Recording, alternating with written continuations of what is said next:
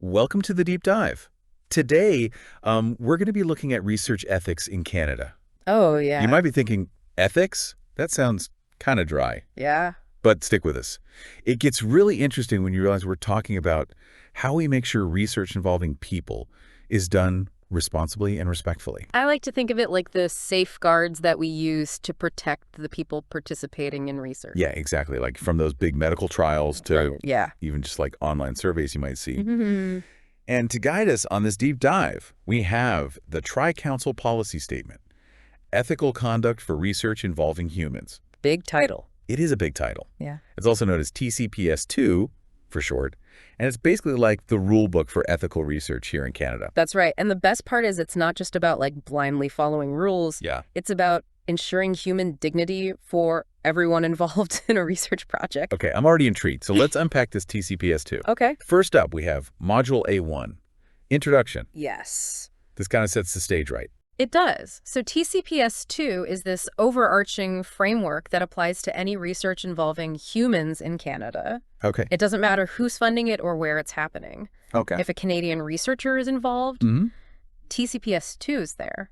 So it's more than just medical research then? Oh, way more. Okay. You could be studying ancient pottery shards or the human genome. Yeah.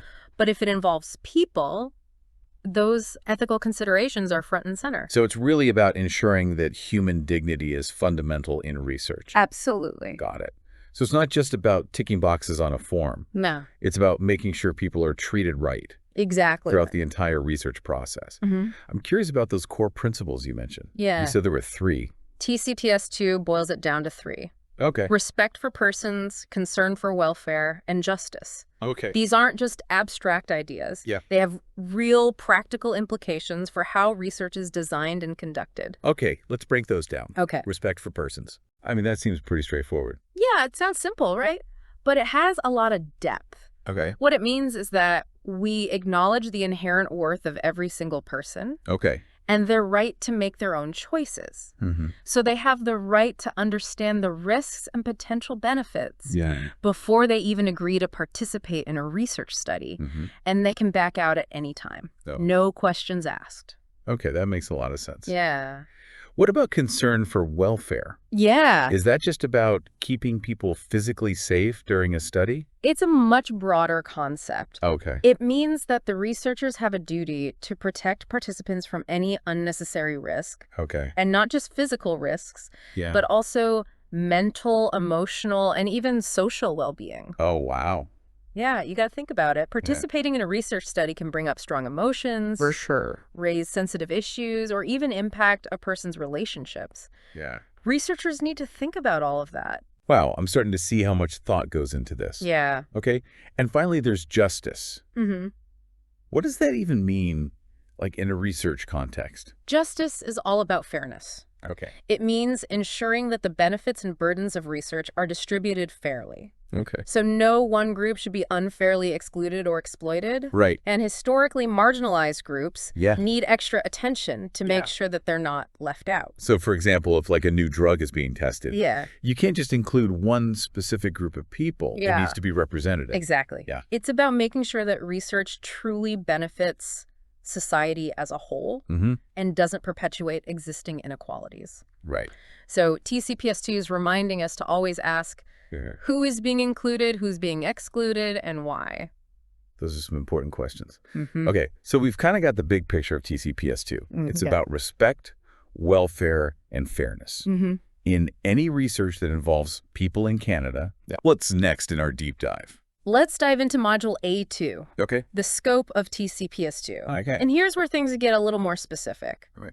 We're going to be defining what activities actually fall under this ethical umbrella. So we're defining what research actually means. Exactly. So TCPS2 defines research as a Okay. structured process that aims to expand our knowledge Okay. through a disciplined inquiry or systematic investigation. Okay. So it's all about using methods and reaching conclusions that can be examined and validated by other researchers. Okay. So it has to be rigorous and transparent. So like a small pilot study, for example. Yeah, That would still need to be reviewed because Yeah. it fits this definition. you got it. Okay. But on the flip side, Yeah. let's say you're just starting to explore an idea Okay. and you're having like informal chats with people Yeah. just to develop a research question Good. that wouldn't need a formal ethics review because it's not full-blown research yet. Gotcha. That makes sense. Yeah. So we've defined research. Yeah. But now who counts as a human participant? A human participant is anyone whose data, biological material, or responses are used to answer the research question. Okay. This could be someone who is actively involved in a study right now, or even someone who passed away a long time ago. Wow. Yeah. So I hadn't thought about it that way. Yeah. But it makes sense. Even using a blood sample from a biobank Yeah. would fall under TCPS 2 because it ultimately came from a human participant. So it's not just about interacting with someone right now. Right. It's about respecting the source of any information or material we use. Precisely. Okay. But here's where it gets interesting. Okay. There are some exceptions where research with human participants might not require a full ethics review. Oh, tell me more about those. Okay, so let's say you're analyzing publicly available election results. Okay. You wouldn't need specific approval from an ethics board. As long as the information is already public and doesn't violate anyone's privacy, Right. you're good to go. So it's about whether the information is already out there Yeah. and whether people have a reasonable expectation of privacy. Yeah. Okay, that seems pretty straightforward. Yeah. Are there any other exceptions? There are. Okay. So imagine a researcher is observing pedestrian traffic flow Okay. on a busy street. Okay. They're not talking to anyone, identifying individuals, Cool. or even interfering with the flow, Okay. just observing. Okay. That wouldn't need a formal ethics review either. But if they start, like, stopping people to ask about their walking habits. Exactly. Yeah. As soon as you introduce that direct interaction and potentially identifiable information, then it triggers the need for an ethical review. Okay. And finally, there's the secondary use of information that's already been stripped of any identifying details. Okay. So if a researcher wants to use de-identified data from a previous study, To answer a new research question, that wouldn't necessarily raise any red flags. As long as it stays anonymous and there's no way to trace it back to specific individuals, it can be a valuable resource for research without triggering a full ethics review. Okay, those exceptions make sense. Yeah.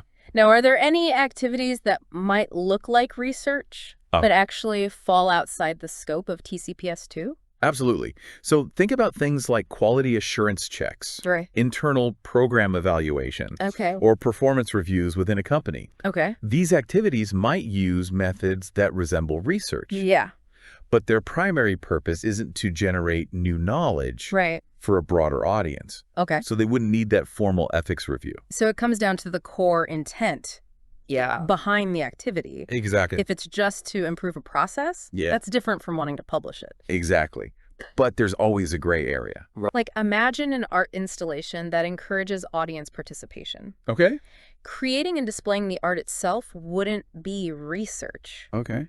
But if the artist then wanted to systematically study how people react to the installation, well, that would bring TCPS 2 back into play.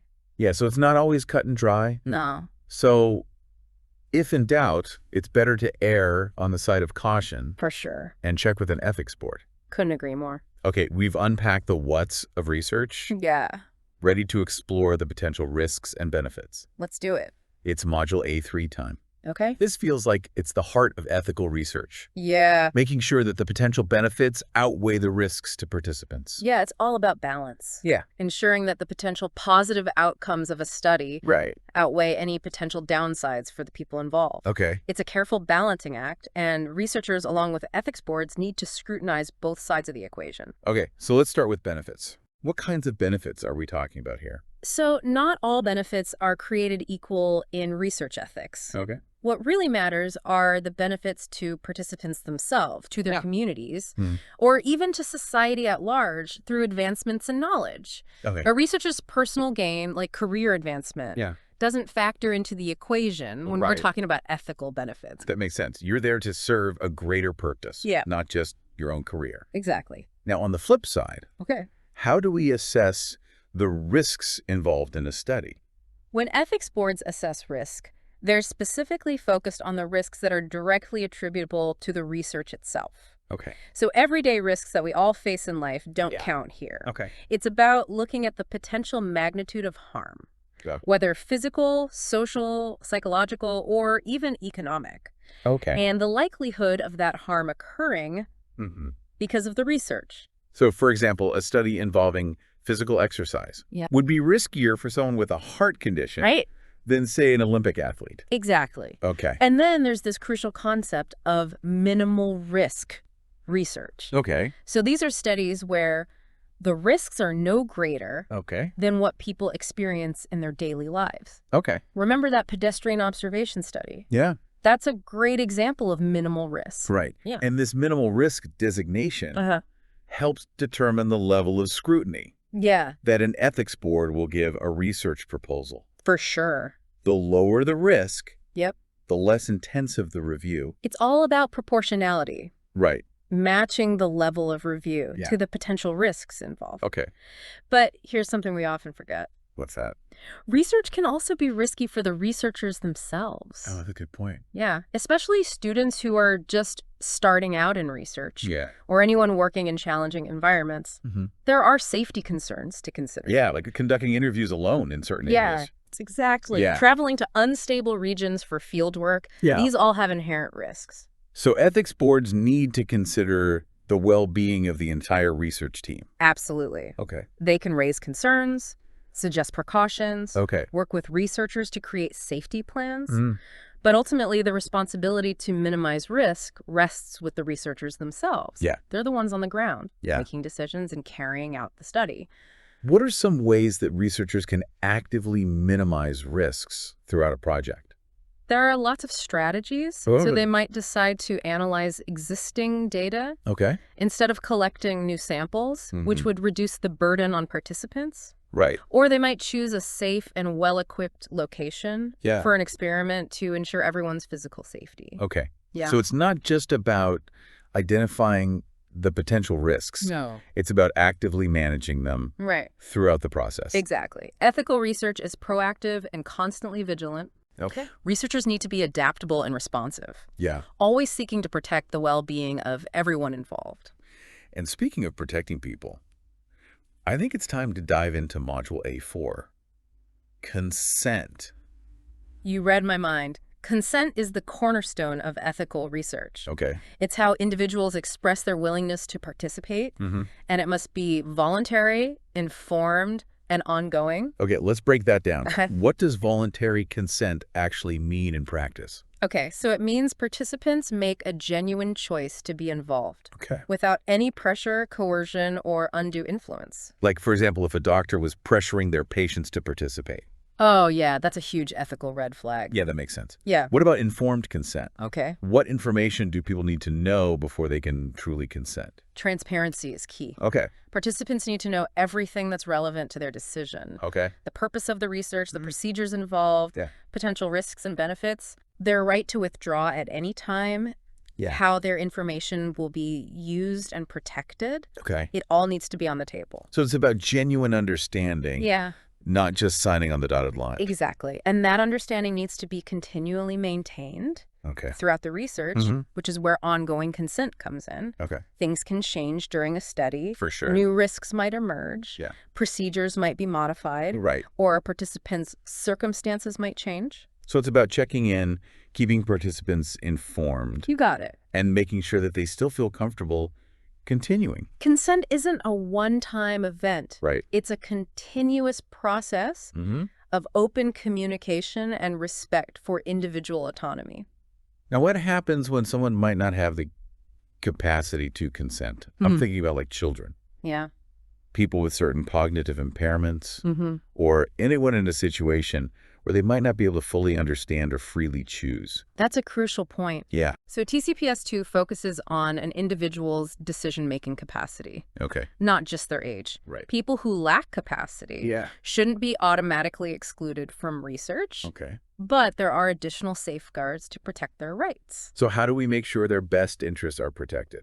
First and foremost, the research should offer direct benefits to those individuals or to others in similar situations. It can't just be for the sake of knowledge. Right. It needs to have a real potential to help.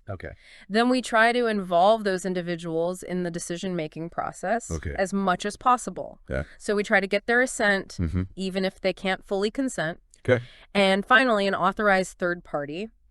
Someone who understands their needs and can act in their best interests needs to provide consent on their behalf. So it's about finding ways to respect their wishes as much as possible. Exactly. And remember, researchers are obligated to document this entire consent process thoroughly, whether it's through signed forms or other appropriate methods. Transparency is key. So we've covered those like general principles of consent. Voluntary, informed, ongoing. Are there ever situations where those principles might be modified or adapted? There are a few specific exceptions where departing from standard consent procedures might be necessary. But these are limited to minimal risk research and require careful justification and approval from an ethics board. Can you give me an example? Yeah. So let's imagine a study looking at how people behave in crowds. If everyone knew that they were being observed, it might change their behavior, making the results less accurate in these cases. A degree of deception might be necessary. So you'd have to explain to the ethics board why that deception is necessary. Exactly. And make sure to debrief participants afterward, explaining the true purpose of the study. So even in these exceptional cases, transparency and participant well-being are still paramount. Gotcha. So another example might be like research involving medical emergencies. Where getting consent beforehand is impossible. In those situations, saving a life takes precedence. But even then, the potential benefits to the participant and the impossibility of obtaining consent need to be crystal clear. Gotcha. So these exceptions to standard consent procedures are carefully considered. To ensure that ethical standards aren't compromised. Now, what about research? Using information that was originally collected for a different purpose. Do you always need fresh consent? That's called secondary use research. And the consent requirements depend on whether the information is still identifiable. So if there's a risk of tracing it back to specific individuals, researchers might need to get fresh consent. Even if it was collected for a different purpose. It all comes down to protecting privacy. So they need to demonstrate to an ethics board that this new research is important. Won't harm participants. And it's impossible to obtain consent. For practical reasons. It's a high bar. It is. And if the information has been stripped of all identifying details, then consent isn't typically required. But ethical review is still needed? Yes, to make sure everything is above board. That clarifies the ins and outs of consent for secondary use research.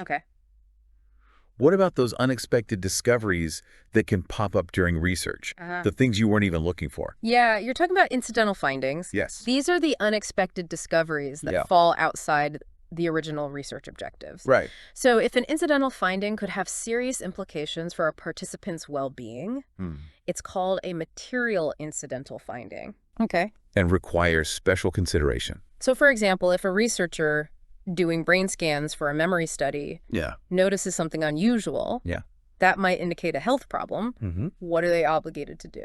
So they have a duty to inform the participant about the possibility of these kinds of findings during the consent process. But here's the twist. They can only disclose the specific finding if the participant has explicitly consented to receiving that kind of information. So participants have a right to know, but also a right not to know. Exactly. That's really interesting.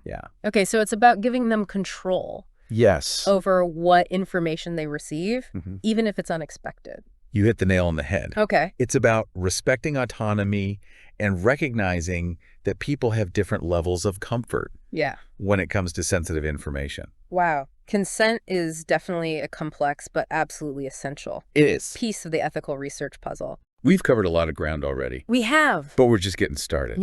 What's coming up next in our deep dive? Next, we'll be exploring fairness and equity in research, which falls under Module A5. This is where we really see that principle of justice in action. Okay. So get ready for a thought-provoking discussion. I'm ready. Okay. Welcome back to the deep dive. Okay, so we're diving headfirst into Module A5, Fairness and Equity. Yes. A cornerstone of ethical research. This is where those core principles we were talking about earlier really come to life. Yeah. Like making sure everyone involved in research has a fair shake. Yeah, you nailed it. Okay. It all starts with choosing who gets to participate in the first place. Okay. Participant selection is key. Okay. The criteria that researchers use to include or exclude people can really make or break a study's fairness. So if a study is about a specific ethnic community, for example, the participants should reflect the diversity within that community. Precisely. Right, not just like a smaller convenient slice of it. And any criteria used to exclude people need to be directly related to the research question, not based on like arbitrary factors or biases. So excluding people based on their gender, age, or race without a really good reason would be unethical. You got it. Yeah. It would violate that core principle of justice. Right. And could even lead to skewed results that don't accurately reflect the population that the researchers are trying to understand. And TCPS 2 is very clear that excluding people based on those attributes is a no-go. Unless there's a very strong justification. It all comes down to recognizing that historically, certain groups have been unfairly excluded from research time and time again. So we need to be incredibly careful not to perpetuate those inequalities. It's not just about making sure everyone has a seat at the table. Right. It's about avoiding the harm that comes from excluding people. Exactly. Excluding certain groups not only denies them the potential benefits of research participation, but it also risks creating findings that are misapplied or irrelevant to their lives. Yeah. It's a double whammy. It is. That we need to avoid at all costs. Okay. We need to make sure research benefits everyone. Yeah. And that the findings are applicable to diverse populations. Now, what about vulnerability? Yeah. How does that fit into this fairness equation? Vulnerability is a huge consideration in research ethics. Okay. It acknowledges that certain individuals or groups might be more susceptible to harm or exploitation during a study. Okay. And so they need extra protection. It's not about labeling people as inherently vulnerable. Right. It's about recognizing that certain circumstances can make them more susceptible to risks. Exactly. Yeah. So think about factors like limited access to healthcare, social marginalization, or even being a part of a group that has historically been mistreated or misrepresented in research. Right. These are all situations that can make someone more vulnerable. Okay, so researchers and ethics boards Yeah. need to be extra vigilant when working with populations who might be experiencing these vulnerabilities. Absolutely. They need to think about additional safeguards to ensure that those participants are truly informed, that their consent is completely voluntary, and that their well-being is protected every step of the way. So this might mean taking extra time to explain things, involving community representatives, or even providing additional support services to participants. Precisely. Ethical research isn't a one-size-fits-all endeavor. Right. We need to tailor our approach to fit the needs of different populations and be particularly mindful of those who might be more at risk. Now, once the research is complete, what about sharing those findings? Yeah. Does fairness and equity play a role there too? Absolutely. Transparency is key when it comes to research results. Okay. So it's about openly disseminating those findings, regardless of whether they confirm or challenge the initial hypothesis. So even if the results aren't what the researchers expected, they still have an ethical obligation to share them. Exactly. Hiding results, especially if they're negative or unexpected, really hinders scientific progress. It disrespects the participants who generously contributed to the study and prevents others from learning from those findings. And sharing the results with the participants themselves in a way that is clear and understandable. You got it. It's about closing the loop. Acknowledging that participants are partners in the research process. And ensuring that they benefit from the knowledge that's been generated. Speaking of respecting participants, I think it's time to shift gears to Module A6, Privacy and Confidentiality. Okay. This feels especially relevant in today's digital age. It is? Where data breaches and privacy concerns are constantly in the news. It's more relevant than ever. So this module delves into a researcher's ethical and legal obligation to protect participants' personal information. You know, the sensitive stuff that they share during a study. It feels like we hear about data breaches all the time. Yeah. So how can I, as a potential research participant, be confident that my privacy will be taken seriously? That's a great question. Yeah. So TCPS 2 is very clear. Yeah. Safeguarding confidential information is non-negotiable. Okay. It's both an ethical imperative and a legal requirement. Okay. Researchers need to be upfront about what information they'll collect, who will have access to it, and how they'll keep it safe. So it's about transparency from the very beginning. Yes. So participants need to know how their information will be used, how it will be stored, how long it will be kept. Right. And it all needs to be explained clearly right. You're exactly right. Yeah. Ethics boards also play a critical role here. Okay. So they review a researcher's proposed safeguards. To make sure they're up to snuff. Okay. They're asking tough questions. Look what? Is the data being stored on a secure server? Okay. Who has the passwords? Right. What are the procedures if a breach occurs? Okay. So it's a shared responsibility then between the researchers, ethics boards, and the institutions.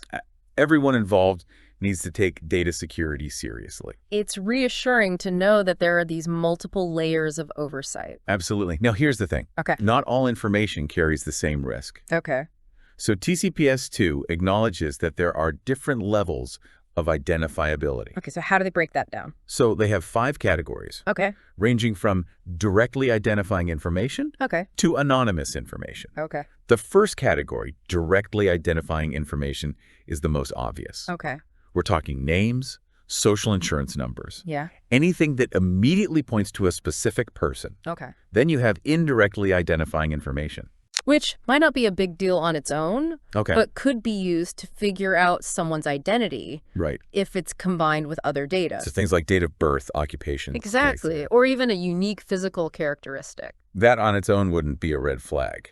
Right. But if someone has access to multiple pieces of that indirectly identifying information, it could become a privacy risk. And then we move on to coded information. So this is where direct identifiers are replaced with codes, which offers a layer of protection. But if someone has the key to that code, they can still figure out who's who. So it's not true anonymization. Exactly. And that's where anonymized information comes in. So this data has been scrubbed clean. Direct identifiers are permanently removed. And researchers have taken steps to ensure that re-identification is extremely unlikely. And finally, we have anonymous information, which never had any identifying details attached to it. That's it. Like responses to a survey where you don't provide any personal information. Exactly. So the level of protection required depends on how identifiable the information is. And how sensitive it is. And these considerations become even more important when we're talking about secondary use of information. Where data collected for one purpose is being repurposed for a new study. Exactly. So if a researcher wants to use old medical records for a new study, they need to be extra careful about those privacy risks. So they might need to go through additional layers of review, seek fresh consent, or even de-identify the data. You nailed it. It's all about weighing the potential benefits of the research against the potential risks to privacy. Navigating privacy in research is a delicate balancing act. It is. But it's absolutely crucial to get it right. Now shifting gears a bit, I'm curious about Module A7. Which tackles a topic we hear a lot about these days, conflicts of interest. Conflicts of interest are all about making sure personal interests don't cloud judgment. Or compromise a study's integrity. Or worse, put participants at risk.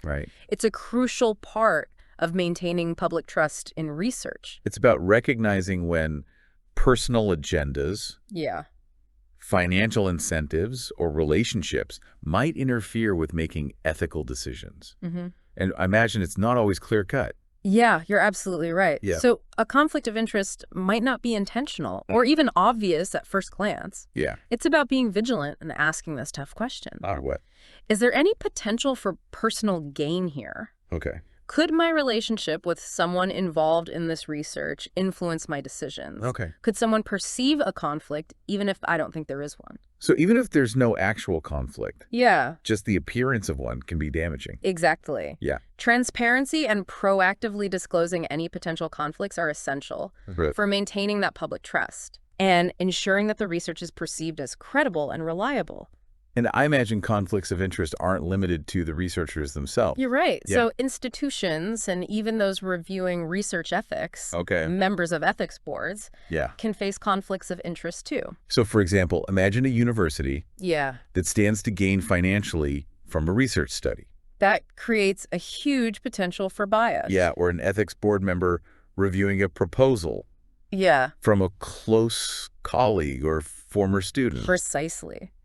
That's why institutions need clear policies for managing conflicts of interest. Okay. And ethics board members need to be transparent about any potential conflicts they might have. And researchers need to be upfront about anything that could influence their research. Yeah. Financial ties to a company, patents on a new technology. Right. Personal relationships with participants. It all needs to be disclosed. This disclosure should be a standard part of any application for ethics review. Okay.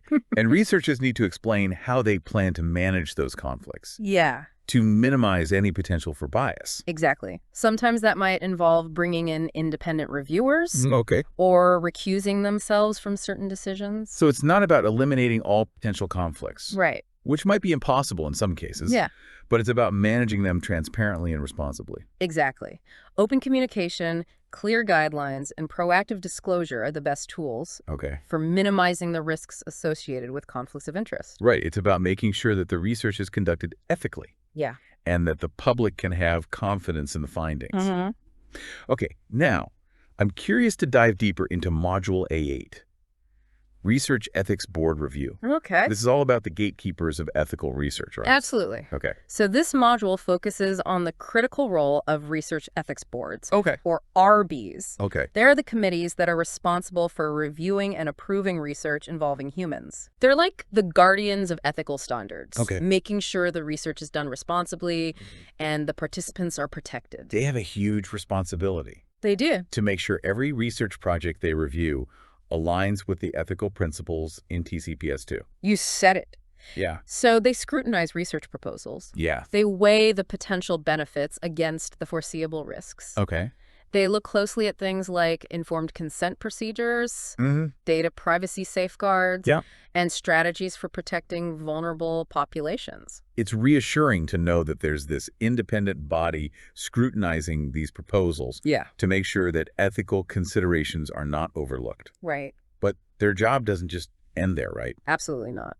REBs provide ongoing oversight throughout a research project's life cycle. So they're involved from start to finish. Exactly. Yeah. And REs themselves are composed of experts from diverse fields, ensuring a well-rounded and comprehensive assessment of those ethical implications. So you have researchers from relevant disciplines. Yes. Ethicists who specialize in ethical decision-making, legal experts to make sure everything is legally sound, and, importantly, community members who can offer the participants' perspective. Absolutely. It's vital to have that diverse range of perspectives to ensure a thorough and well-informed review. It's a team effort. It is. Okay, now one thing that's always puzzled me is how do REBs decide how closely to scrutinize a research proposal? Yeah. It's not a one-size-fits-all approach, is it? You're right. It's not. Yeah. REBs use what's called a proportionate approach to review. Okay. So the intensity of the scrutiny depends on the level of risk associated with the research. Okay, so a study involving highly sensitive personal information or a vulnerable population would get much closer attention than, say, a study observing public behavior in a park. Exactly. Yeah. So for minimal risk research, a delegated review by a smaller group of REB members might be sufficient. Okay. But for studies that carry higher potential risks, a full board review with more in-depth discussion and debate is necessary. Okay. So it's all about matching the level of review to the level of risk. Makes perfect sense. Right. It's a smart and efficient way to ensure that resources are used wisely while maintaining rigorous ethical oversight. Now, I know that REBs operate independently in their decision-making, but are they accountable to anyone? Great question. Yeah. So they're accountable to the institutions that establish them. Okay. Typically universities, hospitals, or research centers. Okay. So there's a balance between autonomy and accountability. Okay. That's crucial for ensuring fairness and transparency. So RBs have the freedom to make impartial judgments. Yeah. But they also need to be transparent and answerable for their decisions. Exactly. And if a researcher disagrees with an RB's decision, they have the right to request a reconsideration or appeal the decision through established procedures. Okay, so it's a system designed to ensure that everyone's voice is heard. Yeah. And that decisions are made fairly, Yeah. with careful consideration. Okay, sounds like a pretty robust system. Yeah. Okay, with multiple layers of review and accountability. Absolutely. Now, what happens when research spans across different regions or countries? Like, I imagine that adds another layer of complexity. You're right. That's called multi-jurisdictional research. Okay. And it definitely poses some unique challenges. Okay. TCPS 2 encourages a collaborative approach to ensure that ethical standards are met consistently across all the locations involved. So would that mean each region conducts its own separate review? Right. Well, separate reviews are an option. Yeah. But TCPS 2 strongly encourages harmonizing the process Okay. to avoid unnecessary duplication and administrative burdens. So working smarter, not harder. Exactly. It's still upholding those ethical standards. Right. So ideally, a single REB Yeah. could review the research Yeah. for all of the jurisdictions involved. Right, and that would be a more efficient way to ensure consistency. Yes. While upholding those ethical standards across the board. Precisely. And it's important to remember that RBs also need to be prepared for the unexpected. Like what? Things like public health emergencies can disrupt normal research procedures and raise unique ethical dilemmas that require careful navigation. That's a good point. I hadn't considered that. Yeah, so TCPS 2 actually encourages institutions to have preparedness plans in place for how RBs should adapt and function during those emergencies. So even in the face of chaos, ethical considerations remain paramount. Absolutely. Okay. The goal is to keep research moving forward ethically, even in the most challenging circumstances. And now it's time to turn our attention to a topic that deserves special attention. Yeah. Module A9 research involving Indigenous peoples. Yes, this is where we delve into the unique history, culture, and rights of Indigenous communities in the context of research. Yeah. It's about recognizing that those ethical considerations need to be approached with cultural sensitivity, humility, and deep respect. Absolutely. Welcome back to the Deep Dive. It's time to explore a topic that holds immense importance in Canadian research ethics. Module A9, research involving Indigenous peoples. Yeah, I'm really glad we're dedicating some time to this. Yeah. It's about recognizing that Indigenous communities have this unique history, you know, and rich cultural traditions and inherent rights that need to be woven into the very fabric of research ethics. You put it beautifully. Yeah. This module is a cornerstone of TCPS 2. Yep. It emphasizes that research involving Indigenous peoples must be conducted in a way that benefits them, respects their self-determination, and honors their distinct worldviews. It feels like a shift from a one-size-fits-all approach. It is. Just something much more nuanced and responsive to the needs of specific communities. And that shift is long overdue. It is. We have to acknowledge that historically, research involving Indigenous peoples has often been conducted in ways that were unethical, disrespectful, and even harmful. There's a legacy of colonialism and exploitation that we can't ignore. We can't. It's about learning from those past mistakes and charting a new path forward. Exactly. Chapter 9 of TCPS 2 is all about forging that new path. One that is built on genuine collaboration, mutual respect, meaningful engagement, and a deep commitment to Indigenous-led research. So it's not just about researchers going into a community. No. With a predetermined research question and expecting people to participate. No, it's about a much deeper level of respect and partnership. So TCPS 2 stresses the importance of researchers truly understanding and respecting Indigenous customs and codes of practice, which may be very different from the Western research norms that we're used to. So before even thinking about designing a research project, researchers need to do their homework. They do? Spend time in the community, build relationships, listen to concerns, and make sure their research aligns with the community's values and priorities. That's right. Community engagement is absolutely paramount. It's about building trust, showing respect, and demonstrating a genuine commitment to reciprocity, ensuring that the research benefits the community in tangible ways. And that engagement needs to go beyond just talking to the chief or council members? Absolutely. Okay. Indigenous communities have complex social structures and ways of making decisions. Right. So researchers need to take the time to understand those dynamics and ensure that their engagement is inclusive and culturally appropriate. It's about recognizing that research can't be imposed from the outside. Right. It needs to grow organically. Well said. And that collaborative spirit needs to continue throughout the entire research process, from shaping those research questions to collecting the data, interpreting findings, and even sharing those findings in a way that respects Indigenous knowledge systems and intellectual property rights. So Indigenous communities really have a voice at every stage. Exactly. Right. They're not just subjects in a study. Right. They are active participants. They are partners. Shaping the direction and outcome of the research. And research agreements can be incredibly valuable tools for formalizing those partnerships. So those agreements would cover things like data ownership. Who controls access to the information? How the benefits of the research will be shared.